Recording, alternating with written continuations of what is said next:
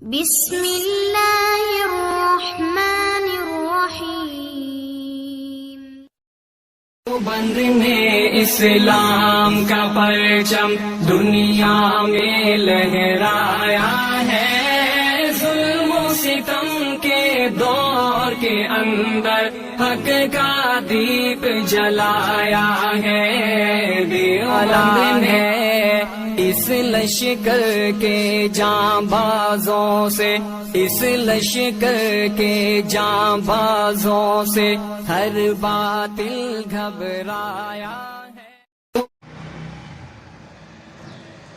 نحمده ونصلي ونسلم على رسوله الكريم، أما بعد فأعوذ بالله من الشيطان الرجيم، بسم الله الرحمن الرحيم۔ نبئ عبادي أني أنا الغفور الرحيم۔ وقال الله تعالى في مقام آخر: ومن يعمل سوءا أو يظلم نفسه ثم يستغفر الله يجد الله غفورا رحيما۔ وقال الله تعالى في مقام آخر: وكان بالمؤمنين رحيما۔ وقال النبي صلى الله عليه وسلم: ارحموا من في الأرض يرحمكم من في السماء، أو كما قال النبي صلى الله عليه وسلم: آمنت بالله صدق الله العظيم وصدق رسوله النبي الكريم۔ میرے بھائیوں، بزرگوں، دوستوں، رمضان شریف کا پہلا عشرہ اللہ کے نبی صلی اللہ علیہ وسلم نے فرمایا کہ یہ رحمت کا عشرہ ہے،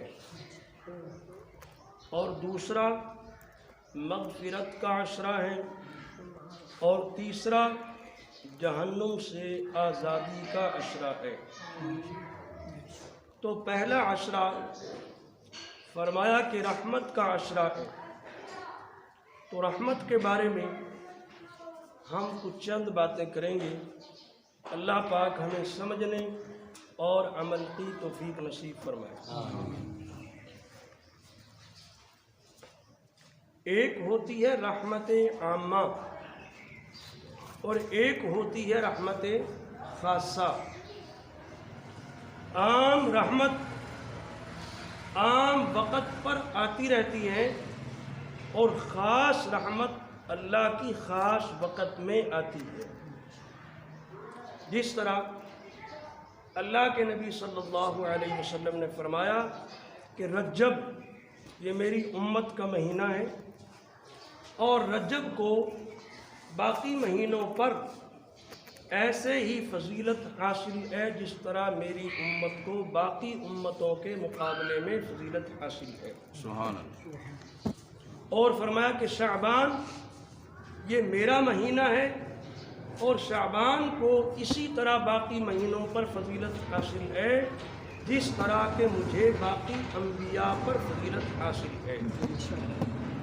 اور فرمایا کہ رمضان یہ اللہ کا مہینہ ہے، اور رمضان کو باقی مہینوں پر ایسی ہی فضیلت حاصل ہے جس طرح کہ اللہ کو مخلوق پر فضیلت حاصل ہے۔ سبحان اللہ۔ اب آپ یہ تصورات رکھیں کہ مخلوق اور اللہ کے درمیان کیا نسبت ہے، تو اسی طرح باقی مہینوں کی نیکیوں اور باقی مہینوں کی عظمتوں کو رمضان کے مقابلے میں کوئی نسبت نہیں، یہ کچھ اور ہی شے ہے۔ اس میں اللہ کی جو رحمت اترتی ہے وہ کچھ اور ہی شے ہے۔ یہ گناہ گاروں کے لیے بخشش کا پیغام ہے، اور اللہ کے نبی صلی اللہ علیہ وسلم نے 5 باتیں، بلکہ آپ کہیں کہ 5 پیکج ایسے ہیں کہ ان کا اللہ کے نبی صلی اللہ علیہ وسلم نے اعلان فرمایا۔ نمبر 1 فرمایا اغتنم خمسا قبل خمس، تم 5 چیزوں کو 5 سے پہلے غنیمت جان لو، یعنی 5 کو 5 کے آنے سے پہلے ان سے فائدہ حاصل کر لو، یہ چلی گئیں تو پھر لوٹ کر نہیں آئیں گی، اس طرح پیکج ختم ہو جاتا ہے۔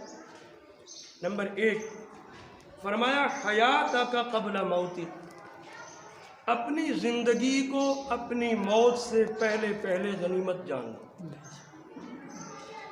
جس طرح ماں کے پیٹ میں بچہ بننے کے اندر اگر کوئی عیب اور نقص رہ جائے تو باہر آ کر دنیا کے سارے ڈاکٹر بھی کوشش کریں تو دنیا کے تمام ڈاکٹر مل کر اس کے عیب کو درست نہیں کر سکتے۔ تو یہ آخرت کا پیٹ دنیا ہے، یہاں جو کمی کوتاہی رہے گی وہ آخرت میں ٹھیک نہیں ہوگی۔ یہاں بننے اور سنورنے کا وقت ہے ہمارے پاس۔ تو فرمایا حیات کا قبل موتک، اپنی زندگی کو اپنی موت سے پہلے غنیمت جان لو، یہ دوبارہ زندگی نہیں ملے گی۔ جو کچھ بھی کر لو یہ زندگی دوبارہ نہیں ملے گی۔ قرآن کریم میں 2 مکالمے ہیں اس زندگی کے بارے میں، بندہ کیا کہتا ہے اور اللہ پاک کیا کہتے ہیں، 2 مکالمے ہیں۔ حتی اذا جاء احدکم الموت، جب ان میں سے کسی ایک کی موت آ جاتی ہے، قال رب ارجعون، بندہ کہتا ہے میرے رب مجھ کو واپس لوٹا دے، میں مرنا نہیں چاہتا، میں آخرت میں جانا نہیں چاہتا، مجھے واپس لوٹا دے۔ یہ ہم بندے اور اللہ کے درمیان میں کیا ہو رہا ہے، مکالمہ ہو رہا ہے۔ اب بندے نے یہ کہہ دیا، آگے سے جواب کیا ملتا ہے، قال رب ارجعون۔ سوال ہوتا ہے کہ اگر میں تجھے واپس لوٹا دوں تو تو کرے گا کیا جا کے؟ اب سوال ہے نا کہ اگر تجھے واپس لوٹا دیا جائے تو بندہ پھر تو کیا کرے گا جا کے؟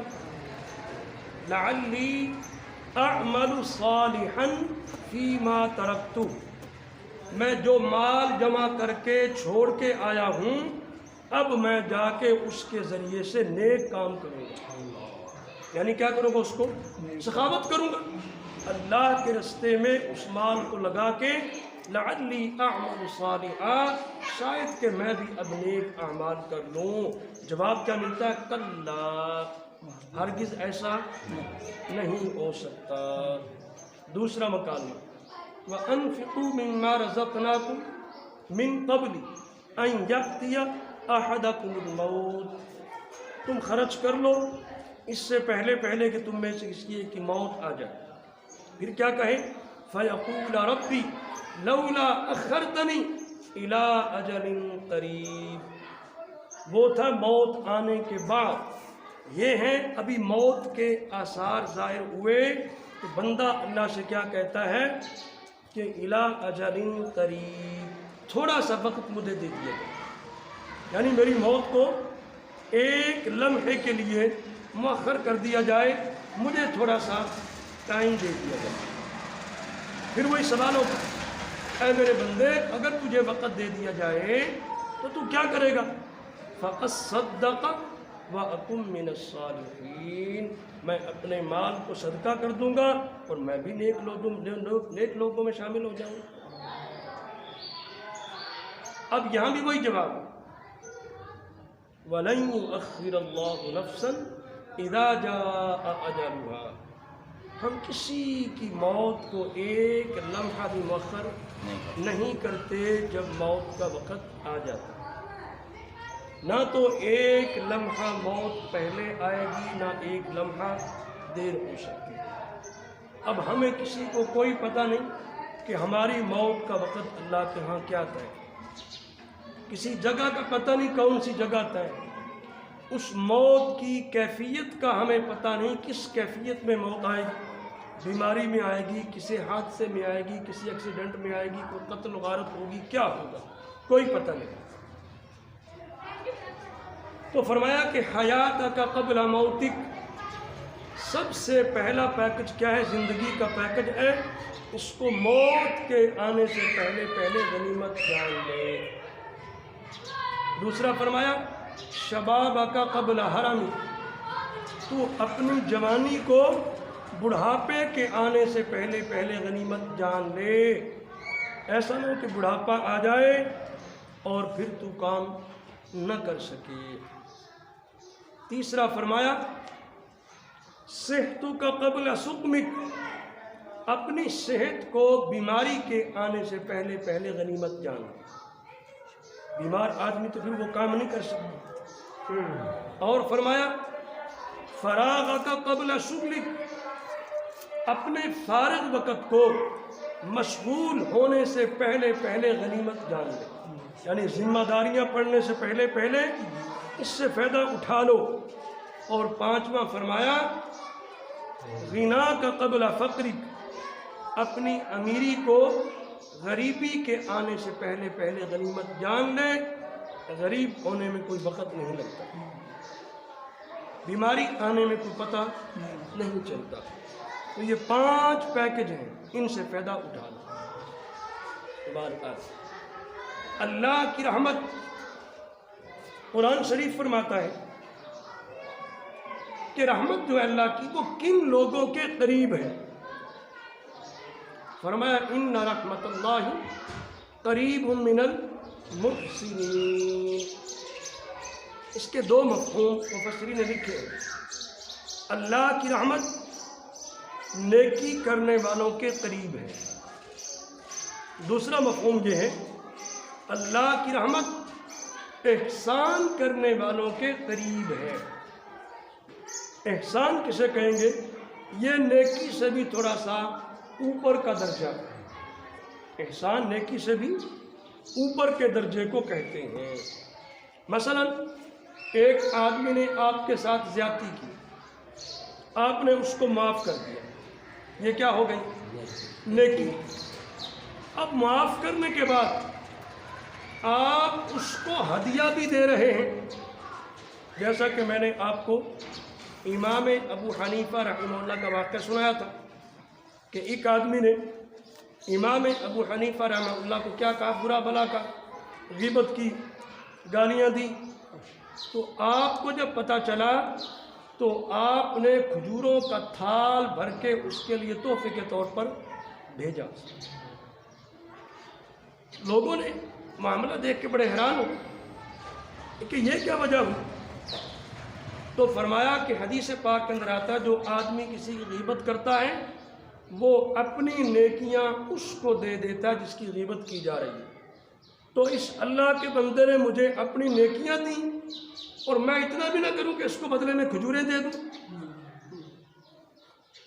وہ لوگ جو دنیا میں مشہور ہوئے ہیں وہ ایسے ہی مشہور نہیں ہو گئے، ان کے اعمال کی اللہ کے ہاں قبولیت تھی۔ قبولیت کی شرطیں تمہیں یاد ہیں؟ میں آپ کو سبق کے طور پہ بتا کر گیا تھا کہ اللہ کے ہاں اعمال کے قبول ہونے کی شرطیں کتنی ہیں؟ 5۔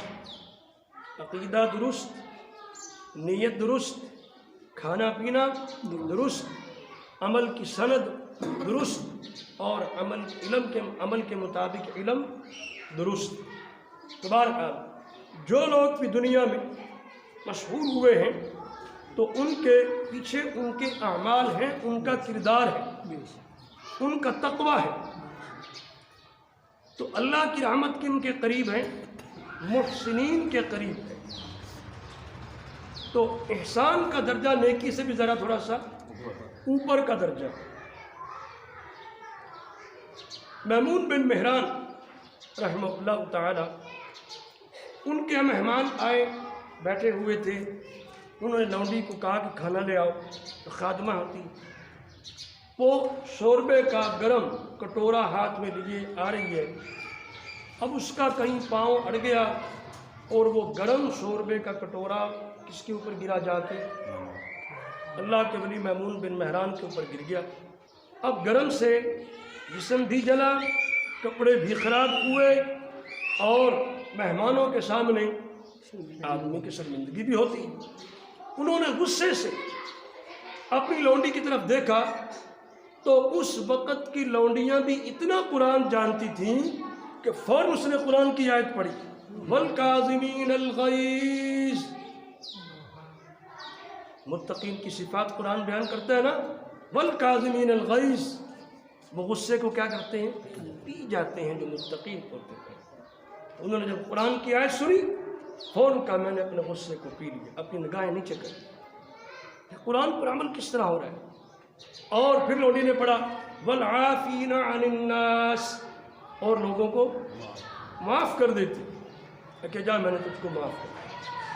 پھر لوڈی نے اگلا حصہ پڑھا وَاللَّهُ يُحِبُّ الْمُحْسِنِينَ، اور اللہ احسان کرنے والوں سے محبت فرماتے ہیں کہ جا میں نے تجھ کو اللہ کے لیے آزاد کر دیا. ان لوگوں کے نزدیک کیا تھی؟ اللہ کی رحمت، احسان.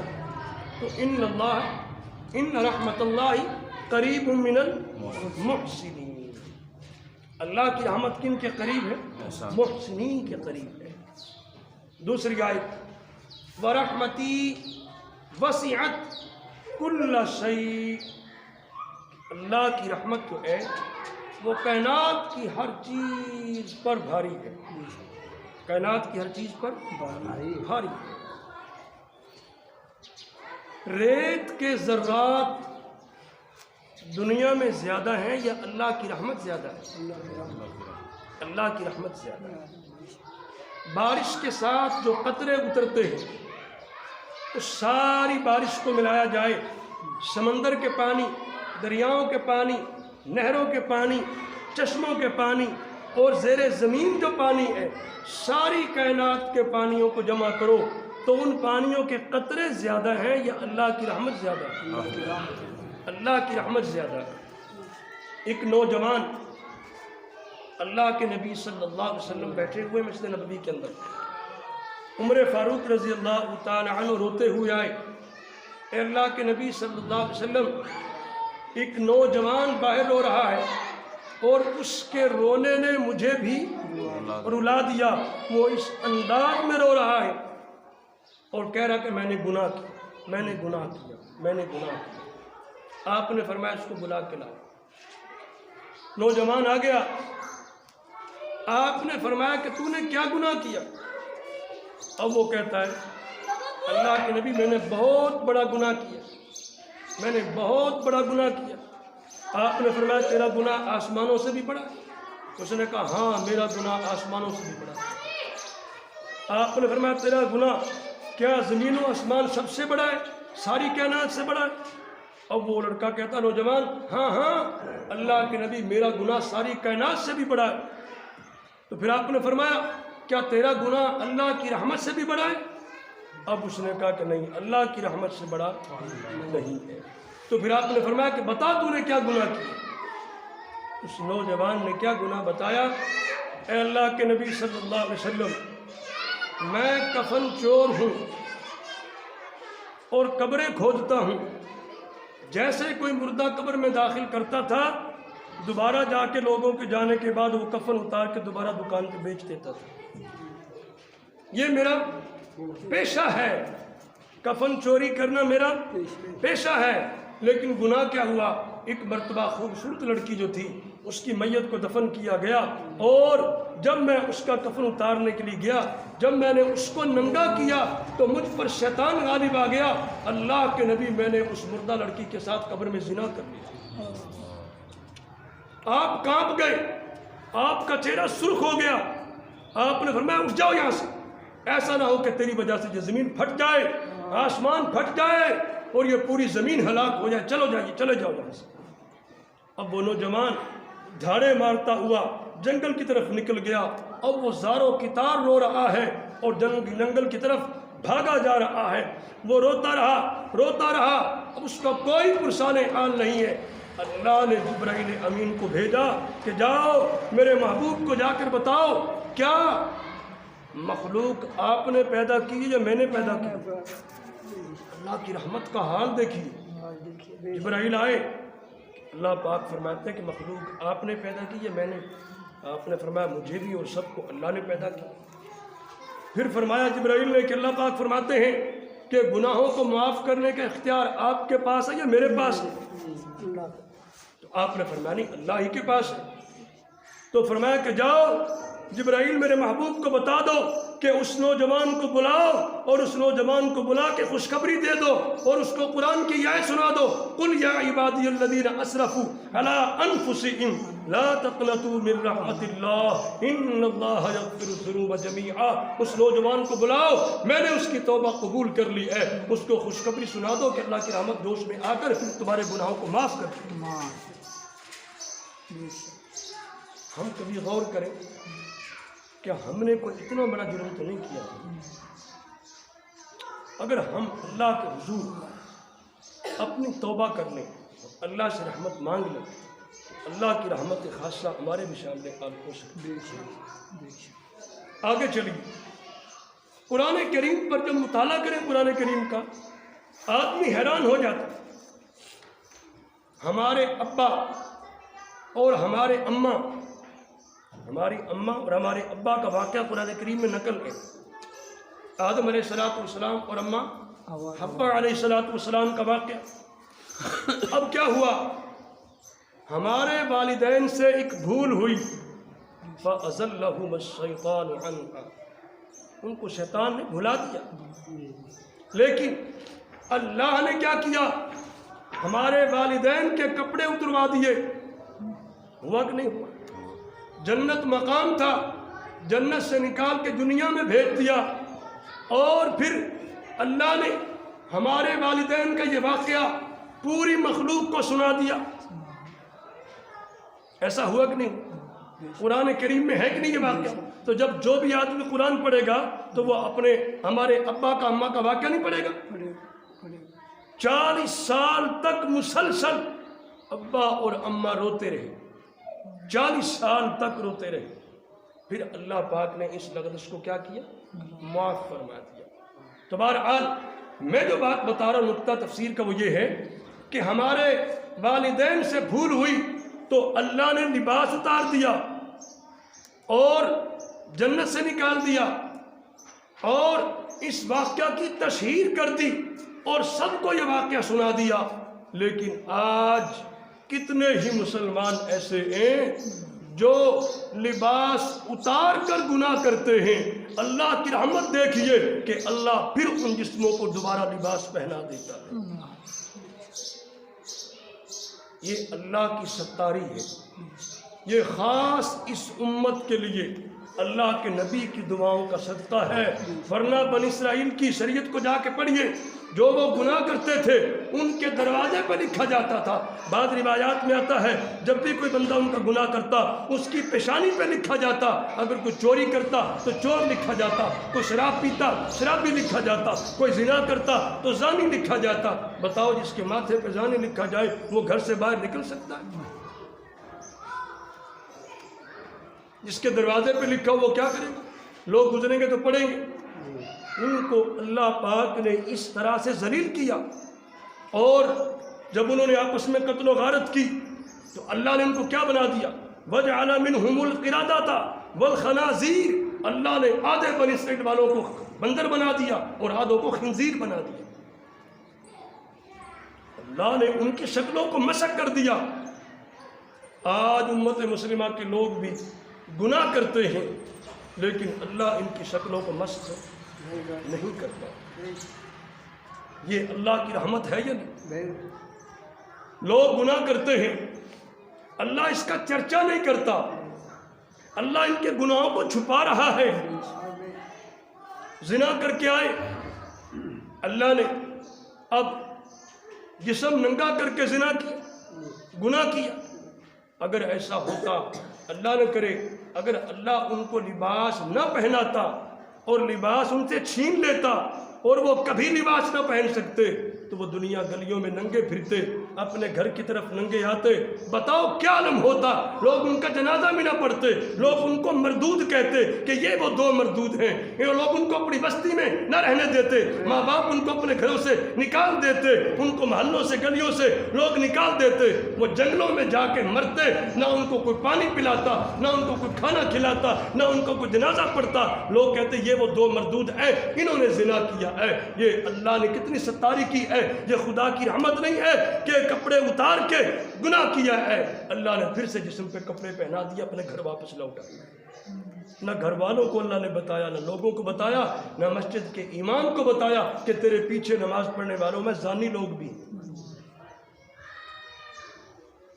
امام ابو حنیفہ کی بات آ رہی، اللہ نے ان پر ایسا حال طاری کیا تھا، یعنی معرفت الہی کا وہ مقام عطا کر دیا تھا کہ ان کو لوگوں کے گناہ پانی میں گرتے ہوئے نظر آنے لگے تھے۔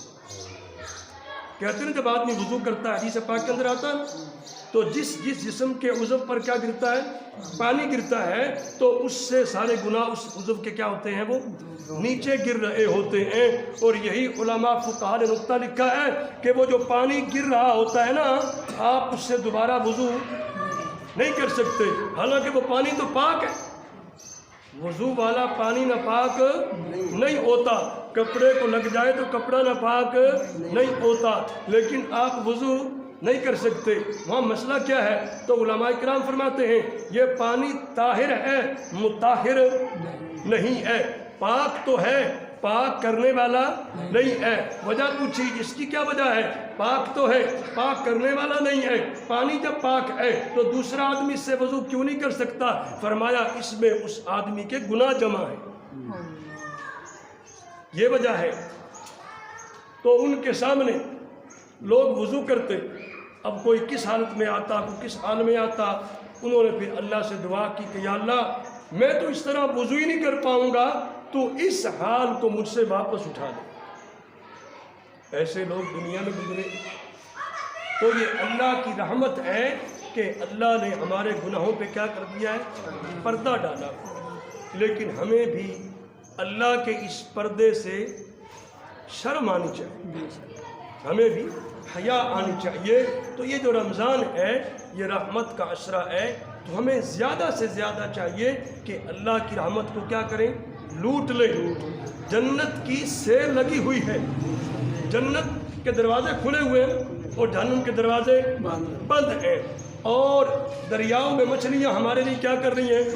دعائیں کر رہی ہیں۔ پرندے ہمارے لیے دعائیں کر رہے ہیں، درندے ہمارے لیے دعائیں کر رہے ہیں، فرشتے ہمارے لیے دعائیں کر رہے ہیں۔ جن فرشتوں نے عرش الہی کو اٹھایا ہوا ہے، اللہ نے ان کو بھی کہہ دیا ہے کہ رمضان اپنی تسبیحات کو ختم کرو، اپنی عبادات کو بند کرو، اپنے ذکر اذکار کو چھوڑ دو۔ میرے محبوب کا کوئی بھی امتی روزہ دار جب بھی دعا کرے بس اس کی دعا پہ آمین کہو، تمہاری یہی بات ہے۔ ساری مخلوق کو ہماری دعاؤں پہ آمین پہ لگا دی، اللہ پاک نے دعاؤں کی آمین پر لگا دی۔ کتنا بڑا اعزاز ہے۔ ہم پھر بھی اللہ سے نہ مانگیں، ہم پھر بھی اللہ سے نہ مانگیں اور پھر اللہ کی رحمت سے دور رہیں۔ تو ان رحمت اللہ قریب من المحسنین، اگلی آیت میں نے پڑھی برحمتی وسعت کل شیء، اللہ کی رحمت ہر چیز پر کیا ہے؟ بھاری ہے، وسیع ہے۔ لیکن اگلا جملہ کیا ہے؟ فَسَأَكْتُبُهَا لِلَّذِينَ يَتَّقُونَ، یہ رحمت خاصہ جو ہے یہ ہم نے کن کے لیے لکھ دی ہے؟ متقین کے لیے۔ فَسَأَكْتُبُهَا لِلَّذِينَ يَتَّقُونَ، یہ ہم نے کس کے لیے لکھ دی ہے؟ متقین کے لیے لکھ دی ہے۔ تو اللہ کی بڑی بڑی رحمتیں ہیں، ہمیں اس رحمت کو سوچنا ہوگا۔ دیکھو ہاتھوں سے گناہ کرتے ہیں، اللہ ان ہاتھ کو سل نہیں کرتا، ان ہاتھوں کو اللہ لونجا نہیں کرتا، اللہ ان ہاتھوں میں فالج نہیں ڈالتا۔ لیکن اگر اللہ آ جائے تو پھر بتاؤ، جو بھی بندہ گناہ کرے اس کے ہاتھوں میں فالج پڑا ہو تو کتنی دنیا فالج زدہ بن جائے گی، لوگوں کا تو کاروباری زندگی ختم ہو جائے گا۔ مجھے بات بھی یاد آ گئی، کسی دور میں علماء کرام نے تحریک چلائی تھی ملک میں، نظام نفاذ مصطفیٰ تحریک۔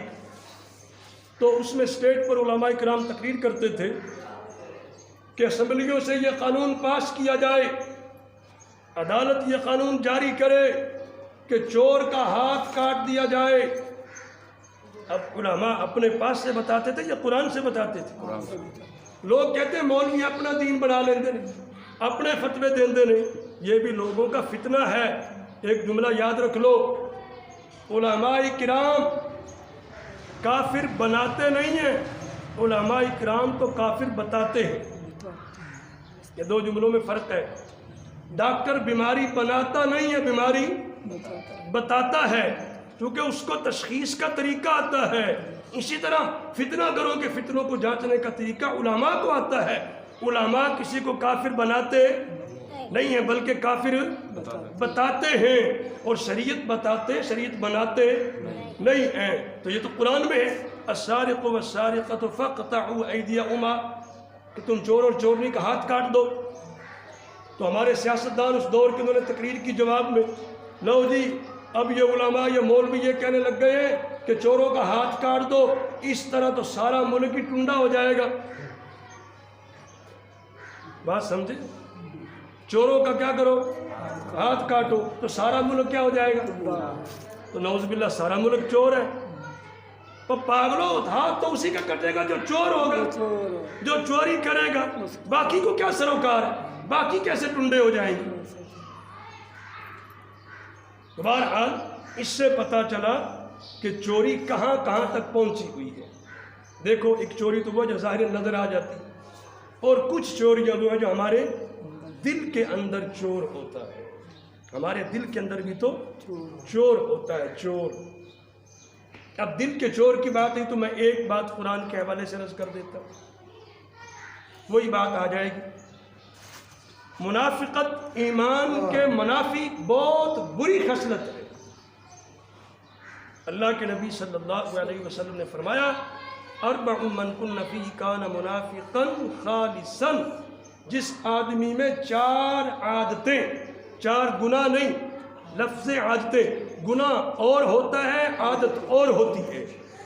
اگر کسی وجہ سے بھول کے یا کسی مجبوری میں کسی نے گناہ کر لیا، وہ اس سے توبہ کرے گا، وہ شرمندہ ہوگا، وہ نادم ہوگا، لیکن جس کی عادت ہوگی اس کو کوئی پرواہ نہیں ہوگی۔ تو یہ عادت کی بات ہے، گناہ کی بات نہیں ہے۔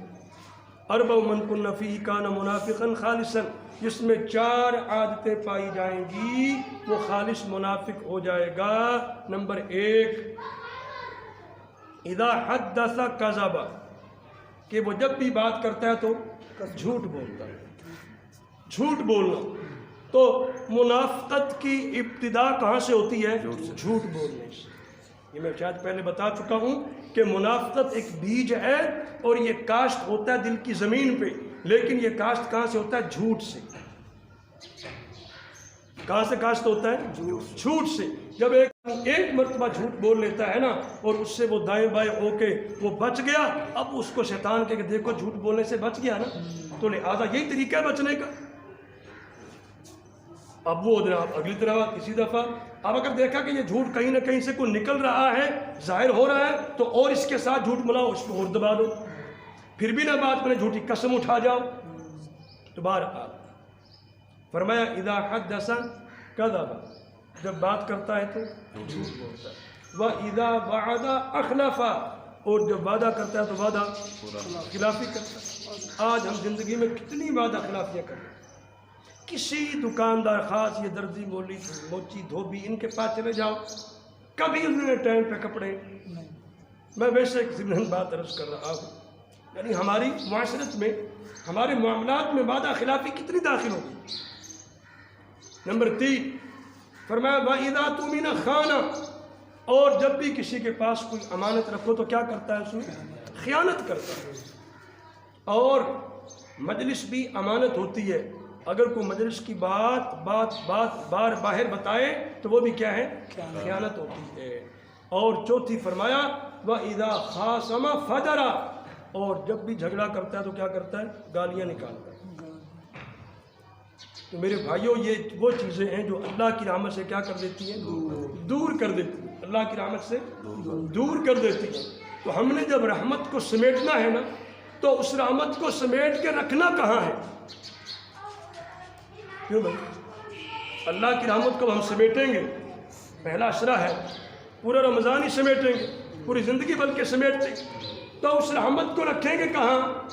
رحمت کو رکھنے کی جگہ کیا ہے؟ وہ دل ہے۔ تو سب سے پہلے صفائی کس کی کرنی ہے؟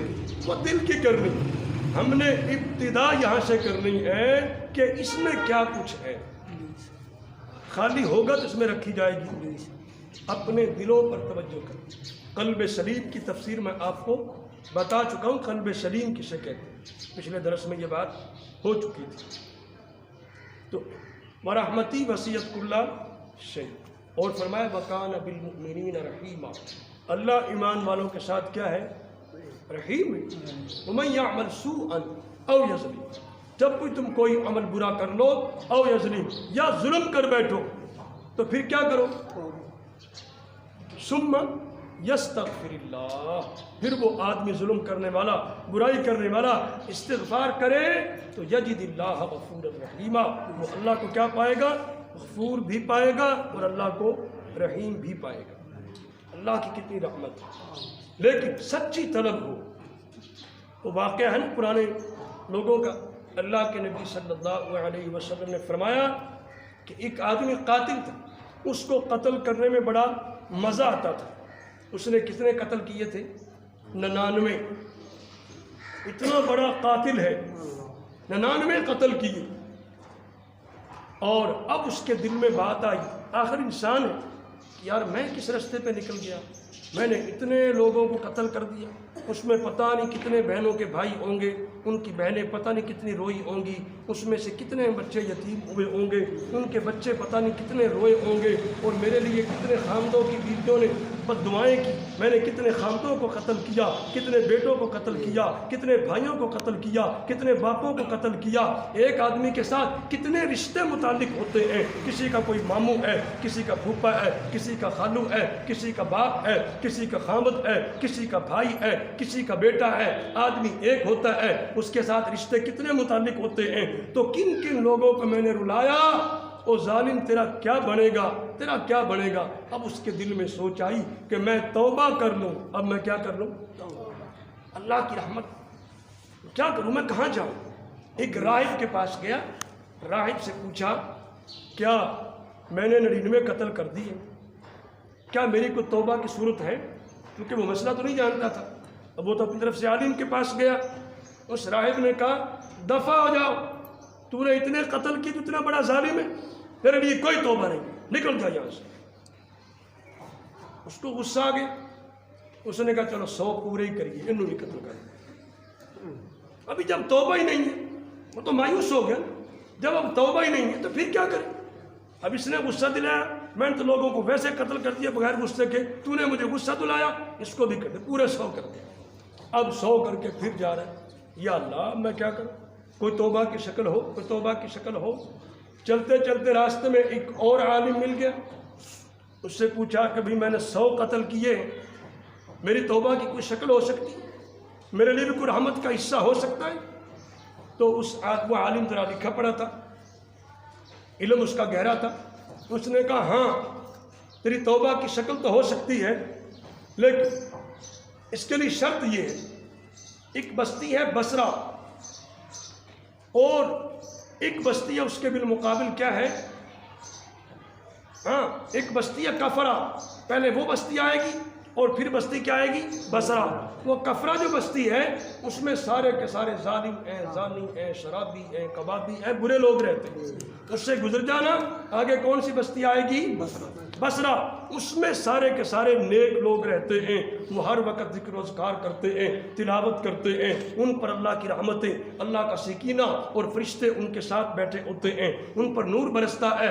اس بستی میں چلا جا، ان کی صحبت سے اللہ تجھے تیری توبہ کو قبول کر لے گا. اس سے پتہ چلا کہ اولیاء اللہ کی صحبت بھی بڑی چیز ہے. جیسے کہ آدمی خوشبو بیچتا ہے، اب اس کی دکان پہ جو آدمی بیٹھا ہو اگرچہ خوشبو نہ خریدے تو خوشبو تو اس کو بھی آئے گی. تو یہ اللہ والوں کی مثال ہے. اور اگر آدمی آگ کی بھٹی کے پاس بیٹھے گا تو دھواں تو اس کو بھی پہنچے گا اگرچہ اس نے کچھ لینا دینا نہیں. برے لوگوں کی صحبت کا یہ ہے اور اچھے لوگوں کی صحبت کا حال یہ ہے. کہا جاؤ بصرہ میں. اب وہ چل پڑا. اب اس نے کفرہ بستی کو پار کیا، اسی ادھیڑ بن میں ہے، یا اللہ تو معاف کر دے، یا اللہ تو معاف کر دے، یا اللہ کی رحمت دے دے، یا اللہ کی رحمت دے دے. اب اس کی موت واقعہ ہو گئی. ابھی بصرہ بستی میں پہنچا نہیں، موت واقعہ ہو گئی. اب عذاب والے فرشتے بھی آ گئے اور رحمت والے فرشتے بھی آ گئے. اب ان کے درمیان میں ہو گیا جھگڑا. عذاب والے فرشتے کہنے لگے یہ 100 آدمیوں کا قاتل ہے، اس کی روح کو ہم لے کر جائیں گے، یہ مستحق عذاب ہے۔ رحمت والے فرشتے کہنے لگے کہ یہ توبہ کرنے کے لیے جا رہا ہے، یہ اللہ کی رحمت سے مایوس نہیں ہوا، یہ نیک لوگوں کی بستی میں جا رہا تھا توبہ کے لیے، تو لہٰذا اس کی اس نیت کے بدلے ہم اس کی روح کو لے کر جائیں گے اور اللہ پاک اس کو معاف کر دیں گے۔ اب یہ جھگڑا ہو رہا ہے، اللہ پاک کی طرف سے آواز آئی کہ تم ایسے کرو، تم جھگڑا نہ کرو، اب تم بصرہ بستی اور کفرہ بستی کا فاصلہ کیا کرو، پیمائش کر لو۔ اگر تو اس کے کفرہ بستی کے قریب ہے تو عذاب والے فرشتے لے جائیں گے، اور اگر نیک لوگوں کی بستی کے قریب ہے تو اس کو رحمت والے فرشتے لے جائیں گے۔ اللہ کی رحمت کا حال دیکھیے، وہ بندوں سے کس طرح خوش ہو جاتا ہے، اور کیسے کیسے بندوں سے۔ ہم نے کچھ 100 قتل تو نہیں کیے، لیکن ہم اللہ کی رحمت سے کیوں مایوس بیٹھے؟ رمضان بھی ہو، ہم اللہ کے نبی کی امتی بھی ہوں، ہم مسلمان بھی ہوں، پھر اللہ سے سچی توبہ نہ کریں، پھر اللہ کی رحمت سے دور جائیں۔ اب پیمائش ہوئی تو اللہ پاک نے جو بصرہ بستی کا جو فاصلہ تھا وہ زیادہ تھا، اللہ نے زمین کو حکم دیا کہ سکڑ جا۔ اس طرف کی زمین کیا ہو گئی، اکٹھی ہو گئی، اور جب پیمائش کی گئی تو بصرہ بستی کے قریب نکلا اور کفرہ بستی سے دور نکلا۔ اس طرح رحمت کے فرشتے لے گئے اور اللہ پاک نے اس کو معاف فرمایا۔ اللہ کی رحمت کی عجیب نظارے۔ آخری حدیث قدسی، آقا علیہ الصلوۃ والسلام فرماتے ہیں کہ اللہ پاک اپنے بندے سے یوں فرماتے ہیں، حدیث قدسی میں اللہ پاک اپنے بندے سے یوں فرماتے ہیں، انا عند ظن عبدی بی وانا معه اذا ذکرنی۔ جب بھی میرا کوئی بندہ مجھے یاد کرتا ہے نا تو میں اللہ اس کے ساتھ ہوتا ہوں۔ فَإِن ذَكَرَنِي فِي نَفْسِهِ ذَكَرْتُهُ فِي نَفْسِهِ۔ اگر میرا کوئی بندہ مجھے اپنے دل میں یاد کرتا ہے تو میں اللہ بھی عرش معلیٰ پہ بیٹھ کے اس کو اپنے دل میں یاد کرتا ہوں، لیکن شرط ہے فَإِن ذَكَرَنِي، اگر یہ یاد کرے۔ لفظ ان عربی میں شرط کے لیے آتا ہے، تو معاملہ دو طرفہ ہے، یک طرفہ معاملہ نہیں ہے۔ لَإِن شَكَرْتُمْ لَأَزِيدَنَّكُمْ، اگر تم شکر کرو گے تو میں انعامات میں زیادتی کروں گا۔ تو معاملہ کیا ہے، دو طرفہ ہے۔ وَإِذَا سَأَلَكَ عِبَادِي عَنِّي فَإِنِّي قَرِيبٌ أُجِيبُ دَعْوَةَ الدَّاعِ إِذَا دَعَانِ فَلْيَسْتَجِيبُوا لِي وَلْيُؤْمِنُوا، تمہاری دعائیں قبول تب کروں گا جب میرا بھی حکم مانو گے۔ إِن تَنصُرُوا اللَّهَ يَنصُرْكُمْ، تم اللہ کے مددگار بنو گے تو میں تمہارا مددگار بنوں گا۔ تو بہرحال قرآن کے اندر بار بار ہمیں پڑھنے سے کیا پتہ چلتا ہے کہ معاملہ دو طرفہ ہے، یک طرفہ نہیں ہے۔ تو لہذا کیا فرمایا، فَإِن ذَكَرَنِي فِي نَفْسِهِ ذَكَرْتُهُ فِي نَفْسِي، جو میرا بندہ دل میں یاد کرے میں دل میں یاد کرتا ہوں۔ وَإِن ذَكَرَنِي فِي مَلَئٍ، اگر کسی مجلس میں میرا ذکر کرتا ہے تو ذَكَرْتُهُ فِي مَلَئٍ خَيْرٍ مِّنْهُ، میں اس کے ہم مجلسوں سے بہتر ہم مجلسوں کو بلا کے، فرشتوں کو بلا کے اس میں اپنے بندے کا ذکر کرتا ہوں۔ جاؤ دیکھو زمین پہ جا کے میرا ایک بندہ فلاں جگہ پہ بیٹھ کے اپنے جیسے بندوں میں بیٹھ کے میرا ذکر کر رہا ہے، میری بڑائی کر رہا ہے، مجھ سے میرے ساتھ لوگوں کو ملا رہا ہے، تم بھی آؤ ہم بھی اپنے اس بندے کا تذکرہ کرتے ہیں۔ ذکرتہ فی ملأ خیر منہ، یعنی میرے ہم مجلس اس کے میرے بندے کے ہم مجلسوں سے بھی اچھے ہوتے۔ اور فرمایا وَإِن تَقَرَّبَ إِلَيَّ، اگر کوئی میرا بندہ میری طرف تقرب الیہ شبرن، ایک بالشت ایک گٹھ بڑھ کر آتا ہے نا، تو تقربت الیہ ذراعا، تو میں اللہ ایک ہاتھ بڑھ کر آتا ہوں۔ یہ ہے اللہ کی رحمت کا نظارہ، کمال ہے۔ اتنا بڑا بادشاہ اور ہم فقیر ہیں۔ واللہ الغنی وانتم الفقراء یا ایھا الناس انتم الفقراء الی اللہ، ہم سارے فقیر ہیں۔ اور ایسا بادشاہ جو فقیر کو دیکھ کے فقیر ایک قدم اٹھائے تو یہ 2 قدم اٹھاتا دینے کے لیے، ایسا کون ہو سکتا ہے؟ دنیا کے بادشاہ ناراض ہو جاتے ہیں بار بار مانگنے سے، اور اللہ فرماتے جو مجھ سے نہیں مانگتا میں اس سے ناراض ہو جاتا ہوں۔ اور مجھ سے مانگو مجھ سے مانگو میں بے حساب دیتا ہوں۔ وَإِن تَقَرَّبَ إِلَيَّ ذِرَاعًا تَقَرَّبْتُ إِلَيْهِ بَاعًا، فرمایا کہ اگر کوئی میرا بندہ ایک ہاتھ بڑھتا ہے تو میں 2 ہاتھ بڑھتا ہوں۔ وَإِنْ أَتَانِي يَمْشِي أَتَيْتُهُ هَرْوَلَةً، فرمایا کہ میرا بندہ اگر چل کر آتا ہے تو میں اللہ اس کی طرف دوڑ کر جاؤں۔ یہ حدیث قدسی ہے. تو اللہ کی رحمت کو لوٹنے کا یہ ایسا مہینہ ہے، پتہ نہیں اگلے سال یہ کسی کو نصیب ہو یا نہ ہو. اللہ کے نبی صلی اللہ علیہ وسلم نے خود فرمایا مجھے تو زندگی اور موت کے بارے میں یوں لگتا ہے میں نے جب نماز کا سلام ایک طرف پھیر لیا تو دوسری طرف پتہ نہیں سلام پھیرنا نصیب ہوگا یا نہیں ہوگا. اللہ کی رحمت جو ہے وہ محسنین کے قریب ہے، اور اللہ نے اپنی رحمت لازم کس کے لیے لکھ دی ہے؟ وہ متقین کے لیے لکھ دی ہے. اور روزوں کا مقصد کیا ہے؟ لعلکم تتقون، تاکہ تم کیا بن جاؤ؟ متقی بن جاؤ. تقوی پہ درس آپ نے تفصیلی سنا ہوا ہے. اللہ پاک مجھے آپ سب کو جو باتیں عرض کی ہیں ان کو سمجھنے اور عمل کی توفیق نصیب. الحمدللہ رب العالمین والصلاة والسلام على سيد الأنبياء والمرسلين. اللهم نذر قلوبنا بنور الإيمان وزين أخلاقنا بأحكام القرآن. اللهم من أحييته منا فأحيه على الإسلام ومن توفيته منا فتوفه على الإيمان. رب اغفر وارحم وأنت خير الراحمين. رب اغفر وارحم وأنت خير الراحمين. رب اغفر وارحم وأنت خير الراحمين. اللهم إنك عفو تحب العفو فاعف عنا يا كريم. فاعف عنا يا رحيم. فاعف عنا يا غفور. ربنا تقبل منا إنك أنت السميع العليم وتب علينا إنك أنت التواب الرحيم. صلى الله تعالى على خير خلقه محمد وآله وصحبه أجمعين.